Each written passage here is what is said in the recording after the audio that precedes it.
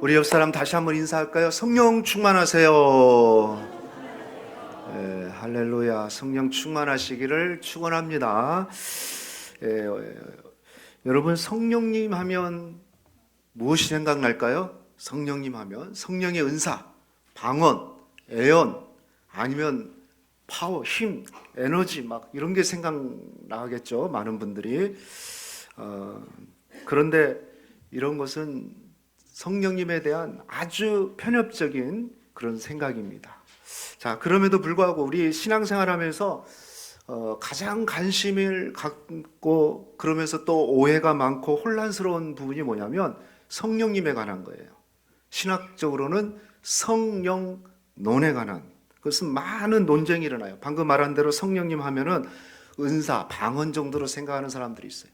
아니면 어떤 체험, 기적, 어떤 현상, 이렇게 좁은 틀 안에서만 바라보는 사람들이 있어요. 심지어는 성령님을 어떤 사역자들, 목회자나 어떤 사역자들은 자신이 부리는 종, 자신이 부리는 영 정도로 생각해서 성령 가, 성령 와, 막 이렇게 님자도 안 붙이고, 예수님은 님자 붙이고 하나님도 님자 붙이는데 성령님은 님자도 안 붙여.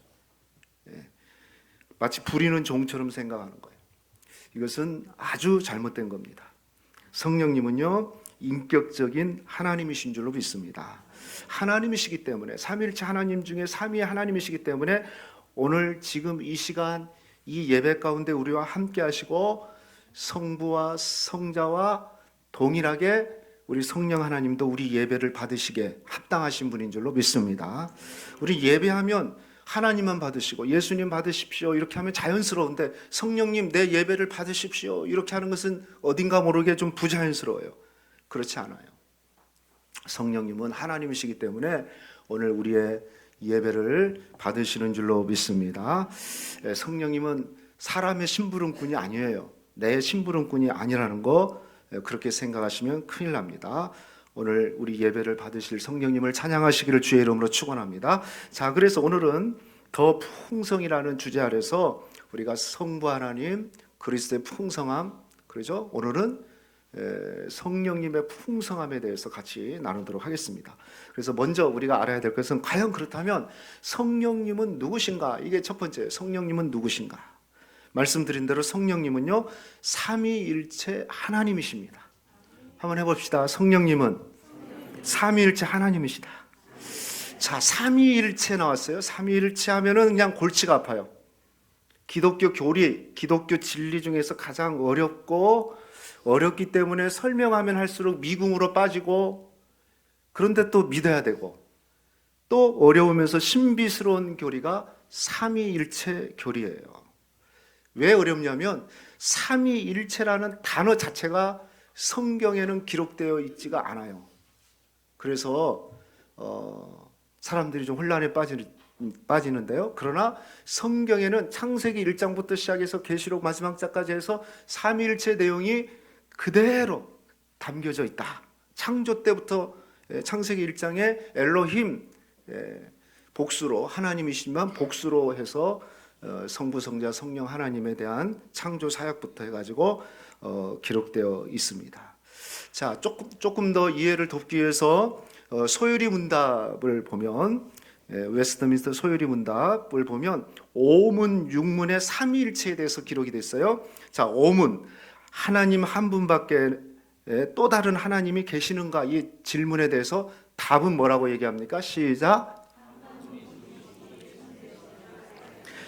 그렇습니다. 하나님은 한 분이시니 그분은 참되시고 살아계신 하나님이시다.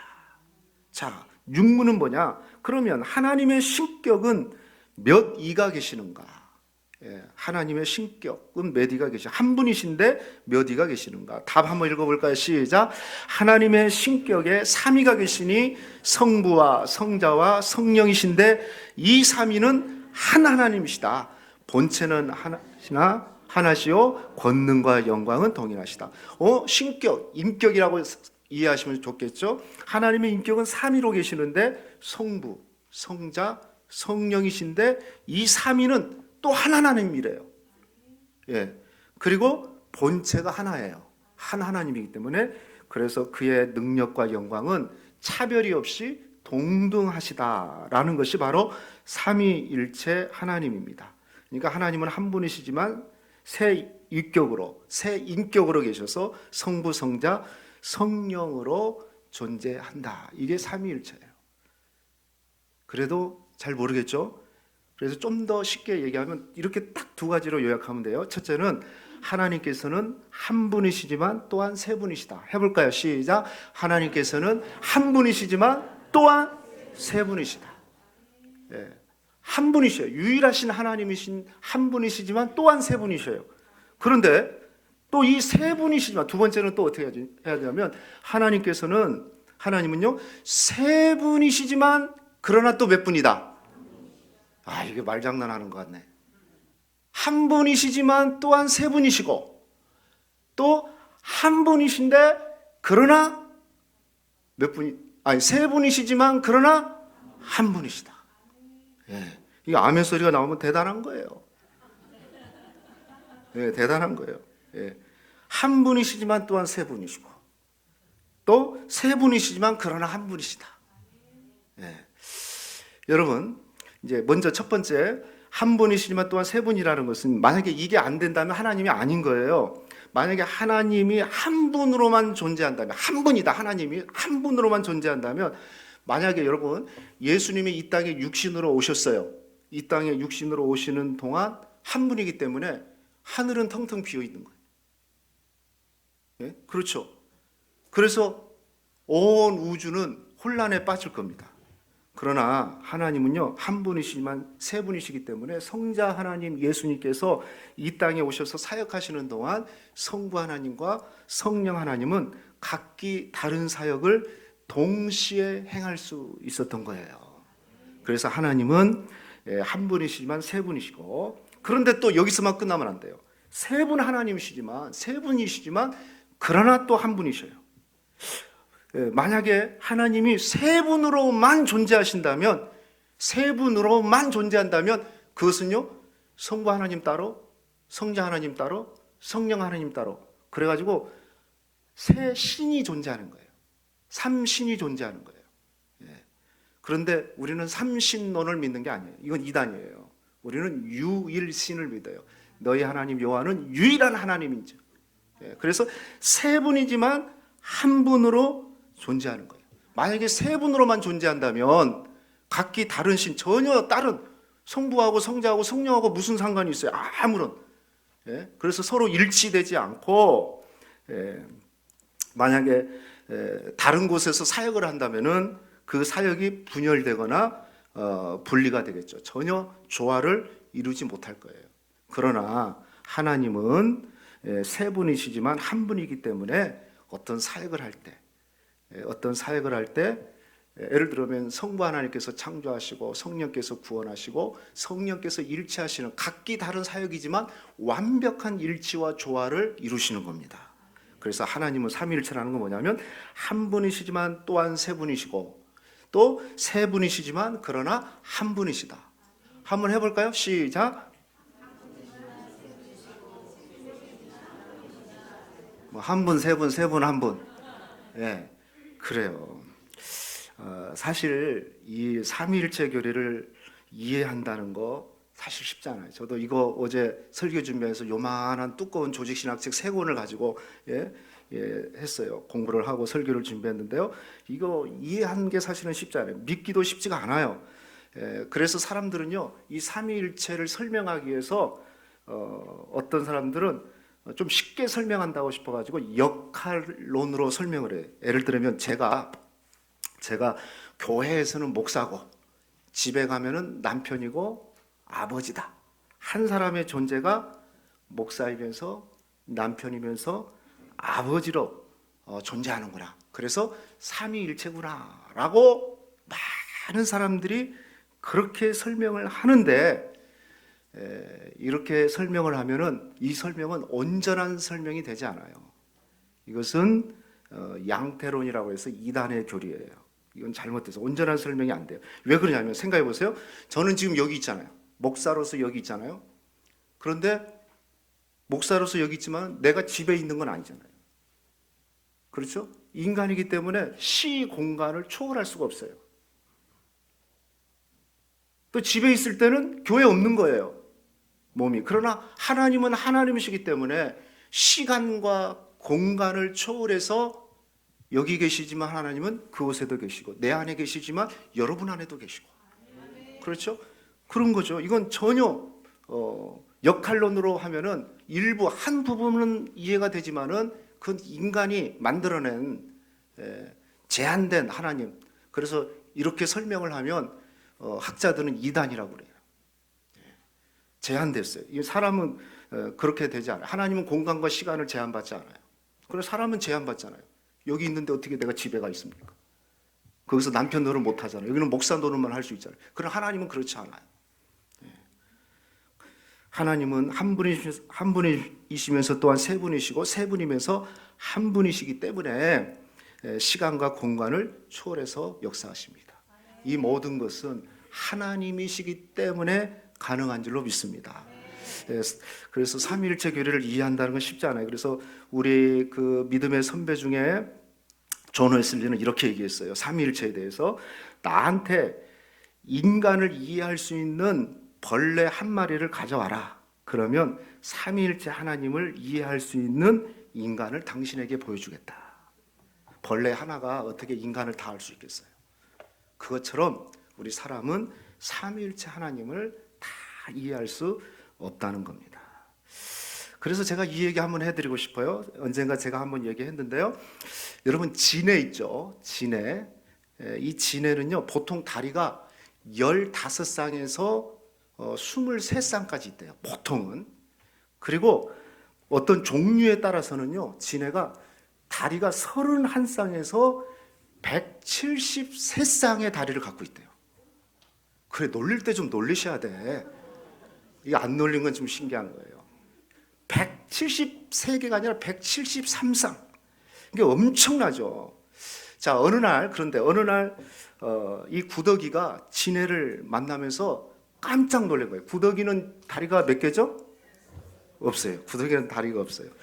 근데 자기에게는 단 하나도 없는 다리가 진해에게는 셀 수 없을 만큼 많았고, 그런데 가만히 보니까 그 많은 다리가 조금도 엉키지 않고 촥촥촥촥 이렇게 그냥 170개가 그냥 쫙 움직이니까 다리가 하나도 없는 구더기는 깜짝 놀랄 수밖에 없어요. 저게 뭐야? 막 감탄에 감동에 막 이렇게 넋을 잃고 보고 있는 거예요. 그래서 안 되겠다 싶어가지고 구더기가 진해한테 물었어요. 야, 진해야, 너 정말 다리가 엄청나구나. 그런데 내가 움직일 때마다 그 많은 다리는 어떤 순서로 움직이니? 라고 물었어요. 그 많은 다리를 움직일 때 1번 다리, 2번 다리, 3번 다리, 그 어떤 순서로 움직이니? 이렇게 물었어요. 진해는 자기가 살아오면서 한 번도 듣지 못했던 질문이에요. 그리고 그 질문을 받자마자 자기 다리를 보니까 자기도 깜짝 놀랐어요. 왜냐하면 자기 안에 이렇게 많은 다리가 있다는 걸 자기도 처음 안 거예요. 그리고 그 구덩이가 질문한 것을 생각하면서 고민하기 빠졌어요. 과연 내가 이 100개가 넘는 이 다리를 어떻게 움직이고 있지? 내가 1번이 먼저인가? 5번이 먼저인가? 막 고민하기 시작하는데 그 고민에 빠지는 순간 다리가 움직이지 않는 거예요. 막 꼬이기 시작한 거예요. 1번부터 가야 되나? 2번부터 가야 되나? 3번. 이게 안 되는 거예요. 그때부터 진해가요. 얼마나 고민이 됐겠어요. 한 발짝도 움직이지 못하고 이제 자기가 다리가 많은 것에 대해서 원망스럽고 다리가 하나도 없는 구더기가 너무 부러운 거예요. 왜 나는 이렇게 다리가 많아가지고. 구덩이는 다리가 없으니까 지 마음대로 가면 되는 건데 막 고민에 빠진 거예요. 막 그렇게 고민하는 중에 어느 순간에 섬광처럼 머리에서 탁 스쳐지라는 생각이 들어요. 맞아. 지금껏 어떤 다리가 먼저 움직이는지 몰라도 나는 잘만 걸었잖아. 잘 걸었잖아. 그런 믿음이 생겼다는 거예요. 아무리 다리가 많아도 어떤 다리가 먼저 움직이는지 알 수가, 뭐 번호 매겨서 움직이는 것도 아니고 그냥 어떤 다리가 움직이는지 먼저인지 몰라도 예전처럼 자기는 걸을 수 있다는 생각이 든 거예요. 지네가 질문 안 했으면 그냥 걸었던 거잖아요. 그래, 그게 필요한 게 아니다. 그리고 그렇게 그게 중요한 게 아니라는 걸 깨닫고 그 믿음 안에서 그 후에 다시 아무 생각 없이 걸으니까 착착착착 엉키지 않고 딱 걷기 시작한 거예요. 자, 여기서 진해는 아주 중요한 교훈을 얻었어요. 그것은 뭐냐면 규명이 아니라 믿음이 나를 걷게 한다는 거였어요. 규명이 아니라 믿음이 나를 걷게 한다. 다리가 1번, 2번, 3번이 뭔가를 규명하는 것이 아니라 믿음이 자기를 자연스럽게 질서 있게 걷게 한다는 걸 알았어요. 저는 이 얘기 들으면서 이런 생각 들었어요. 삼위일체 교리는 규명이 아니에요. 믿음의 대상인 줄로 믿습니다. 규명이 안 돼요, 사실은. 어떻게 우리가 알 수 있겠어요? 하나님은 인간이 아니시고 하나님이시기 때문에 한 분이시지만 또한 세 분일 수 있고 또 세 분이지만 그러나 한 분일 수 있는 겁니다. 그 이유는 전적으로 그분은 하나님이시기 때문에. 여러분이 평생을 연구해도 이건 규명을 못해요.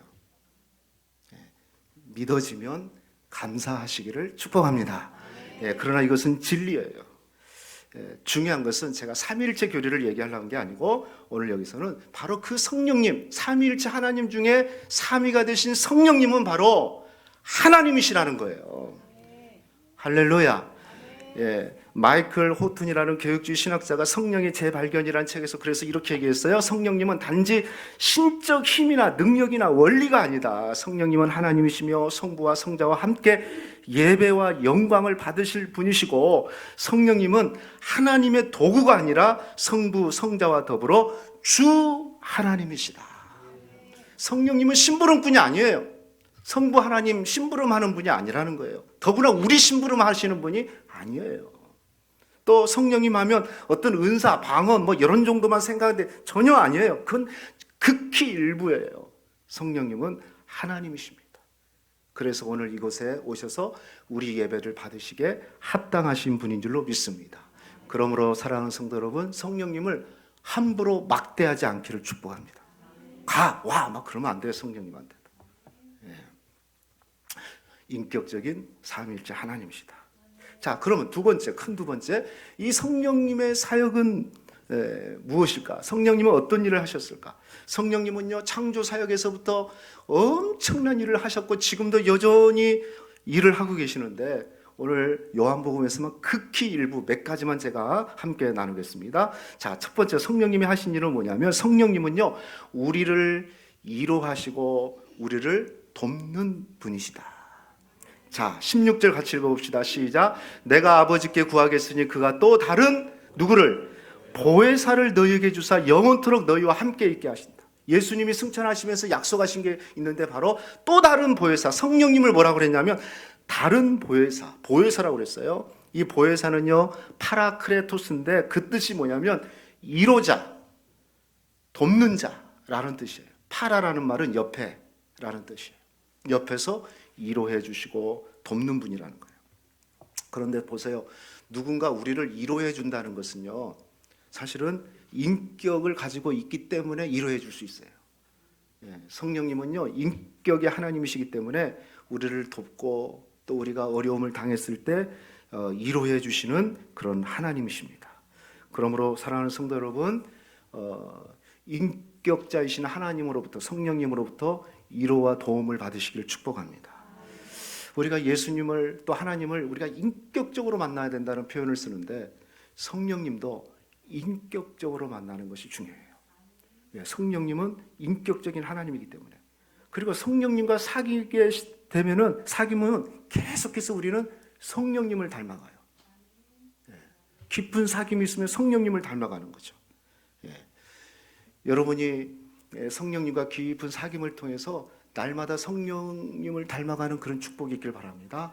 그러면서 성령의 위로와 성령의 도움을 통해서 회복되고 치유되고 또 위로받고 새 힘을 얻는 저와 여러분 되기를 주의 이름으로 축원합니다. 두 번째, 성령님은요, 또 진리로 말씀하시고 진리를 통해서 일하시는 분입니다.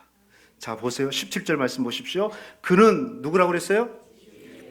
진리의 영이라. 세상은 능히 그를 받지 못하나니 이는 그를 보지도 못하고 알지도 못함이라. 그러나 너희는 그를 아나니 그는 너희와 함께 거하시며 또 너희 속에 계심이라. 성령님은요, 보혜사 성령님은 세상의 영이 아니라 진리의 영이래요. 진리의 영. 여러분, 진리의 영이란 말은 무슨 얘기냐면 성령님은 오직 진리로 말씀하시고 또 진리를 통해서 자신을 보이시는 거예요. 그러니까 거짓, 다른 것으로 보이는 것이 아니에요. 엄밀하게 얘기하면 성령님은 진리가 아닌 그 어떤 경우에도 함께하지 않아요. 진리를 통해서 드러나요. 그럼 진리가 뭡니까? 진리가 예수님이 진리라고 그랬어요. 그리고 예수님에 대한 말씀, 이 성경이 진리예요. 그래서 성령님께서 조명해 주시는 건 뭐냐면 하나님의 말씀을 비춰줘요. 조명이라는 건 비춰주는 거거든요. 근데 하나님 말씀을 비출 때 누구를 비치냐? 진리 대신 예수님을 드러내게끔 만들어요. 그런데 대부분 사람들이 성령님 그러면 은사나 표적으로만 생각해요. 진리하고 상관없어요. 어떤 표적, 기적 이것만 생각한다면 이건 성령님이 아니고도 나타나요. 귀신도 병을 고쳐요. 귀신도 병을 고치고 귀신도 불을 일으켜요. 여러분, 방언 기독교만 있는 게 아니에요. 이슬람도 방언이 있어요. 힌두교 방언 들어보셨어요? 힌두교 방언? 힌두교도 방언이 있어요.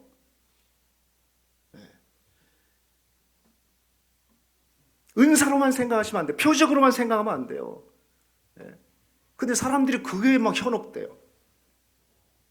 그것은 일부, 극히 일부예요.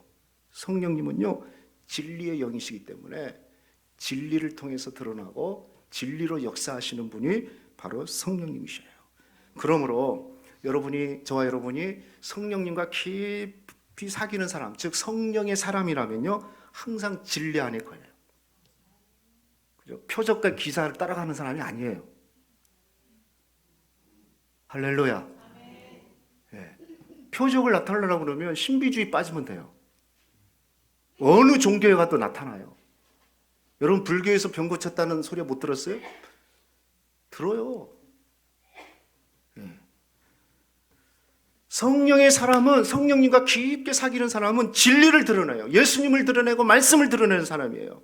그래서 그분의 삶과 인격이 계속해서 진리를 풍기는, 진리를 드러내는 사람이 성령의 사람이에요. 우리가 소위 이렇게 얘기하잖아요. 성령 충만한 사람은 어떤 사람입니까? 라고 얘기하면 우리는 대부분 이렇게 막 은사가 충만한 사람, 막 방언을 하는 사람, 이걸 성령 충만, 그건 은사 받은 사람이지 결코 성령 충만하다고 얘기할 수는 없어요. 그거 가지고.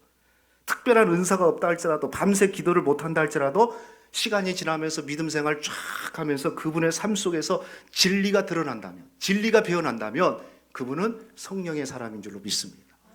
근데 진리가 드러나지 않아요. 그러면서 은사운동하고, 이건 성령 충만하고 전혀 상관없는 거예요. 어디 가도 되는 거예요. 그것은 다른 종교를 가도. 그래서 성령 충만한 사람은 진리가 드러난다.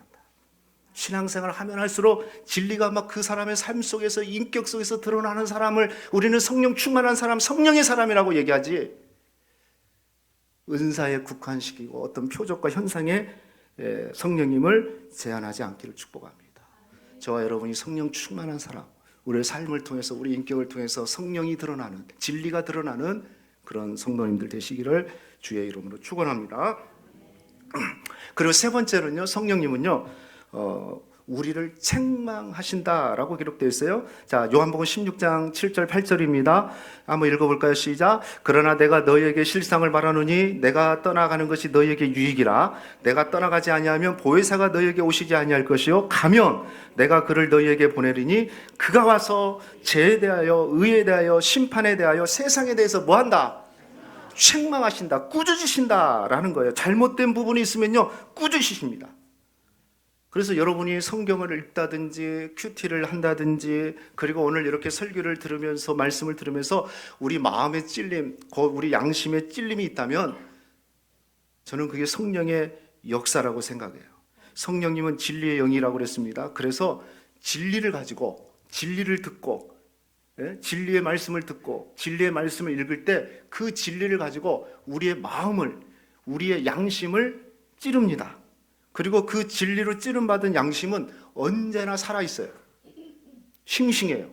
우리가 그런 말 하잖아요. 화인 맞은 양심이라고 해서 양심이 굳어버렸어요. 양심이 아무리 쑤셔도 안 들어가요. 양심이 굳어버렸기 때문에. 그러나 진리로 찔림받는 사람, 그 양심을 계속해서 찔림받은 사람은 양심이 살아있어요. 죄를 함부로 질 수가 없어요. 성령께서 너 멈춰버리게 만들고 책망하게 만들고 안 돼! 하고 성령께서 하시고 양심이 살아있기 때문에. 그래서요, 특히 여러분, 우리 그리스도인들이 정말 양심이 살아있어야 될 게 뭐냐면 거짓말 하시면 안 돼요. 거짓말. 네. 거짓. 대부분 제가 만나는 사람 중에서 상처받은, 교회 잘 다니다가 상처받은 사람 보면은 거짓말을 잘해. 입만 열면 거짓말해요. 양심이 굳어버렸어요. 교회 와서 신앙생활 직분하고 상관없어요. 양심이 굳었어요. 진리의 찔림을 당하지 않기 때문에. 근데 진리의 찔림을 계속해서 마음과 양심을 받으면요, 양심이 살아있어요. 막 싱싱해요. 깨어있어요. 싱싱해서 막 이거 안 되는 거예요. 죄를 질 수 없어요. 왜? 진리가 그 안에 있기 때문에. 진리가 그 안에 있기 때문에. 그런데 너무 쉽게 거짓말을 진짜처럼 잘하는 사람이 있어요. 양심이 굳어버린 사람이죠. 성령의 사람이 아닌 거죠. 진리를 거부하는 사람이죠. 성령은 진리의 영이기 때문에 진리를 가지고 계속해서 우리 양심을 두들기면서 깨어나야 된다. 또 잘못하면 책망이 아니야. 그렇게 하면 안 돼. 그렇게 말씀하시는 분, 우리를 깨우쳐 주시는 분이 바로 성령님이신 줄 믿습니다. 여러분의 마음과 양심이 살아있기를 주의 이름으로 축원합니다. 네. 마지막 하나만 더 얘기하면 성령님은요, 그리고 우리를 자유케 하십니다. 자, 고린도후서 3장 17절 우리 크게 한번 읽어봅시다. 시작. 주는 영이시니 주의 영이 계신 곳에는 자유가 있느니라. 주는 영이시니 주의 영, 성령님이 계시는 곳에는 뭐가 있다? 자유가 있어요. 자유함이 있다. 그러니까 성령님이 함께하는 사람은 어떤 상황에서도 자유를 누려요. 자유를. 비록 내가 다 이해할 수 없는 상황이라 할지라도 성령의 역사를 믿기 때문에, 그 상황 속에서 성령의 역사를 믿기 때문에 자유하게 되는 거예요.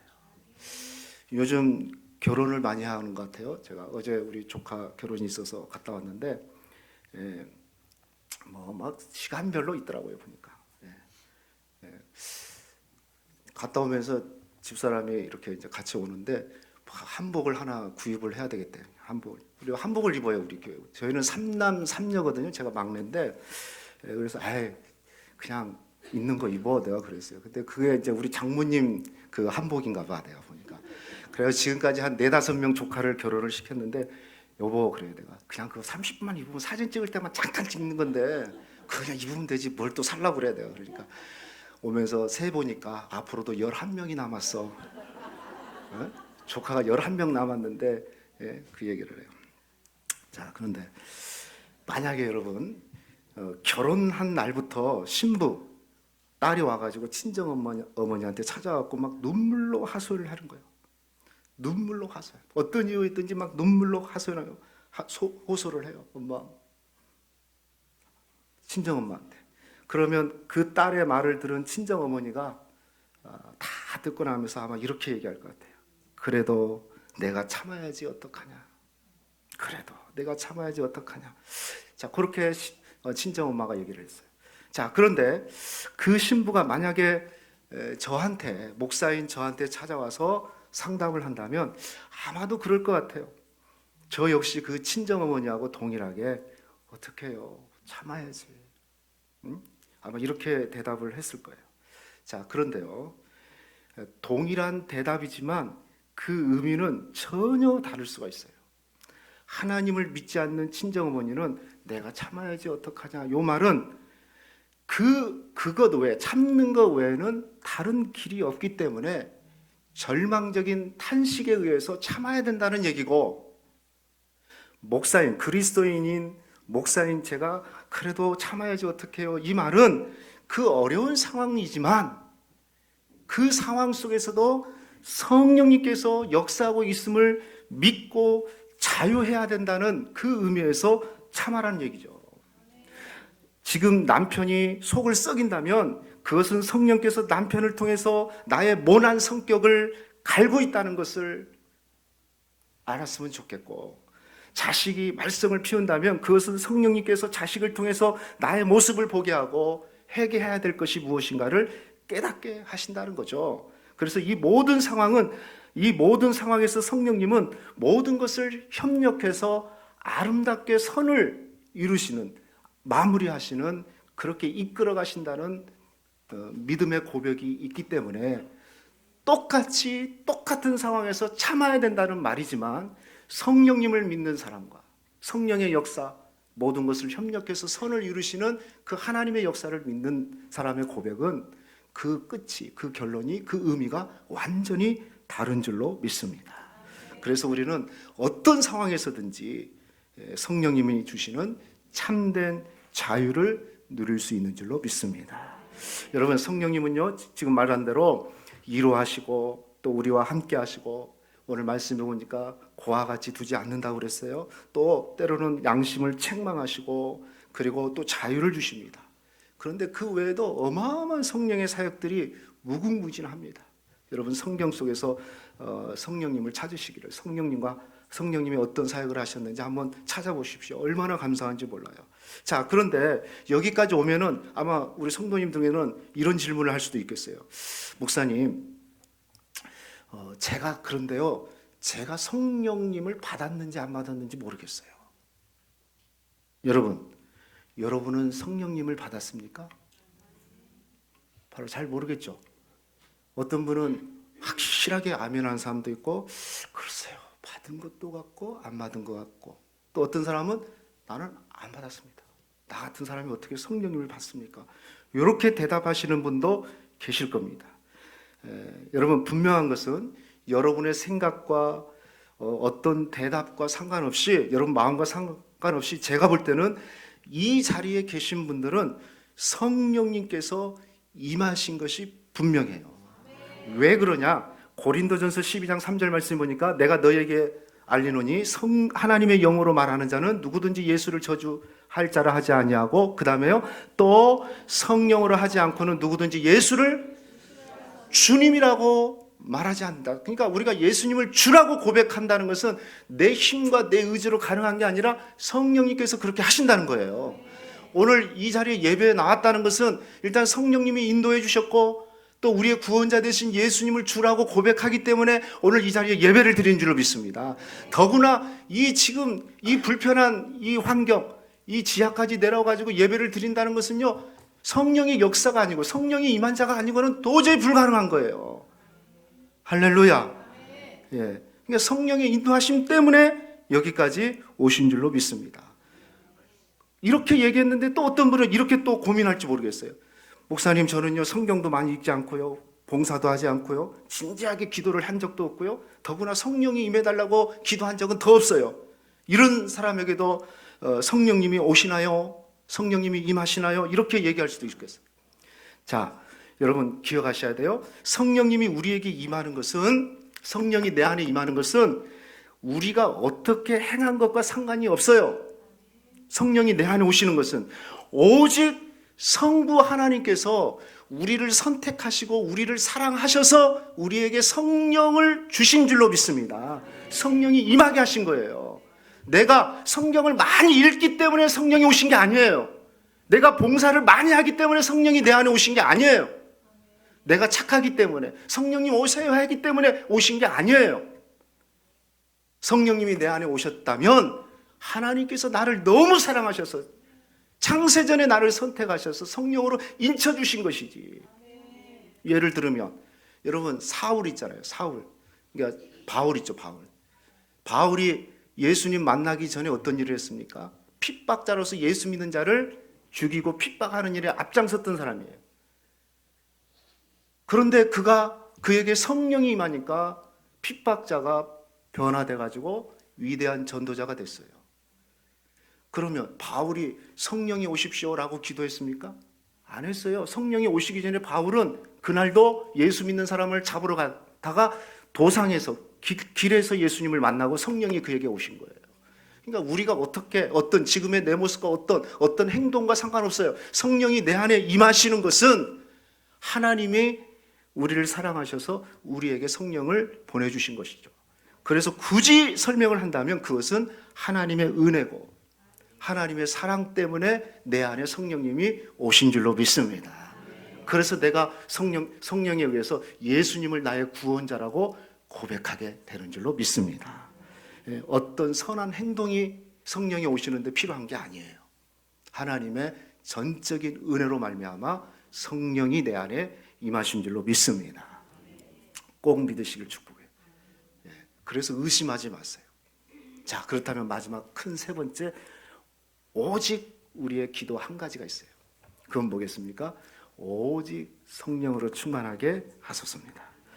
방금 말씀드린 대로 우리가 노력하지 않아도 우리를 사랑하시는 하나님께서 성령님을 내 안에 보내주셨습니다. 그러므로 여러분이 어떻게 성령을 내가 받았느냐, 이것에 대해서는 고민을 하지 않아도 돼요. 왜냐하면 그것은 내 의지와 내 생각과 내 행동에 의해서 받은 게 아니에요. 전적인 하나님의 은혜, 전적인 하나님의 사랑으로 말미암아 나 같은 존재, 핍박자였던 사울에게도 성령이 임한 것처럼 우리에게도 성령이 임해서 예수님을 주라고 고백할 수 있는 겁니다. 자, 그런데 이제부터 중요한 것은 뭐냐면 내 안에 계신 성령님을 날마다 의식하면서 그분의 인도를 받고 그분이 감동을 주실 때 기꺼이 순종하고 그분과 함께하는 삶을 꾸준히 평생 동안 살아가는 성령 충만한 삶을 살아야 되는 줄로 믿습니다. 여러분이 지금부터 성경을 열심히 읽고 기도를 열심히 하고 순종의 삶을 사는 것은 성령을 받기 위함이 아니고 성령 충만을 위해서, 성령님과 함께하는 동행의 삶을 위해서 그것이 필요한 것이지, 내가 열심히 기도하고 열심히 성경 읽으면 성령이 임하냐? 아니에요. 이미 성령은 우리 안에 오셨어요. 이것을 우리는 기독교 교리로 성령 세례는 한 번 받았다는 거예요. 하지만 성령의 충만함은 평생 동안 날마다 가야 되는 거예요. 결혼은 한 번 하지만 부부가 결혼한 다음에 서로 사랑하고 사랑의 교제를 나누는 것은 평생 함께 해야 되는 거예요. 그것처럼 성령이 임한 자들을 떠나지 않습니다. 영원토록 너희와 함께 있게 하시리라 그랬어요. 그 성령님이 함께 하시지만 이제 이 사실을 믿고 의식하면서 그분이 감동 주실 때마다 순종해내고 말씀으로 진리로 살아내는 것, 그리고 그분과 함께하는 동행의 삶을 살아내는 것, 내가 더 성령 충만을 위해서 기도하고 묵상하고 이렇게 살아가는 삶을 살아가는 것이 바로 성령 충만한 삶이에요. 사랑하는 성도 여러분, 오늘 이후에 여러분이 내 안에 임하신 성령님을 의식하시고 성령님과 날마다 동행하시고 그래서 성령 충만한 삶을 사시기를 축원합니다. 그러므로 지금 우리에게 기도하는 딱 한 가지, 바쁘잖아요. 이 바쁜 세상에 정말 딱 한 가지 기도 제목을 우리가 구한다면 저는 그러겠어요. 오직 성령으로 충만하게 하소서. 내 삶의 24시간 내가 어디 있든지 성령님과 동행하게 하시고 성령님의 음성을 듣고 성령님께 기꺼이 순종하며 살아가는 삶을 살게 하소서. 그리고 성령님을 닮아가고 성령님과 깊은 사귐을 하는 그런 성령의 사람이 되게 하여 주옵소서. 이런 삶을 사시는, 성령 충만한 삶을 사시는 저와 여러분 되기를 주님의 이름으로 축원하겠습니다. 우리 일어나시겠습니다.